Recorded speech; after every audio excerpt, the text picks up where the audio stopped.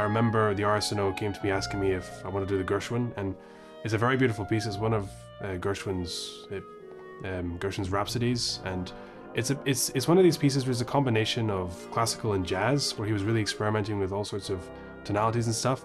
I was sent a recording of somebody else playing it, and they were playing in time to the animation, so I started by getting a sighted person to go through the recording with me and describe what was going on in the animation, and honestly it was really useful because hearing all these different animatory things, such as the fish going up, the fish going down, it really helped me in my interpretation. And then it was to the studio where I played with the entire orchestra, and it was a very interesting process. It was quite long, but it was also a lot of fun.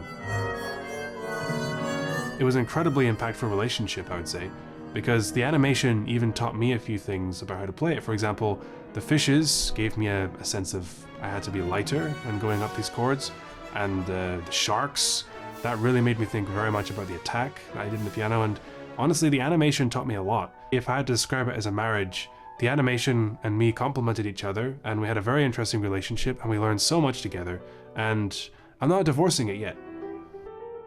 Me and Ellie would work together, and we'd still have a couple of occasions where just a couple of things that were just slightly out of time, and maybe with the orchestra slightly out of time. So Ellie had this incredible idea of breathing very, very audibly, very sharply. Very, very sharply. And it was really amazing because it was a bright breath, allowing me to hear specifically over the orchestral dim when exactly to come in, and we'd use that in order to get the specific timings right.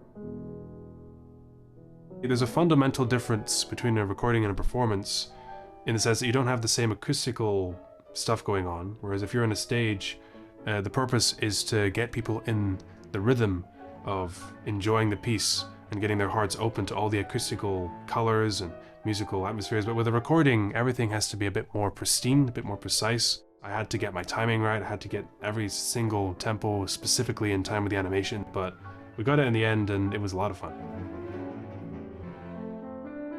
Working with players as incredible as the players of the RSNO, incredible musicians, incredibly unique individuals who have so many different ideas, it really allowed me to take their ideas and use their ideas in order to enhance my interpretation, and it caused me to learn a lot. And in general, I would say that was the biggest reward, the collaboration and the thing that I learned from the collaboration.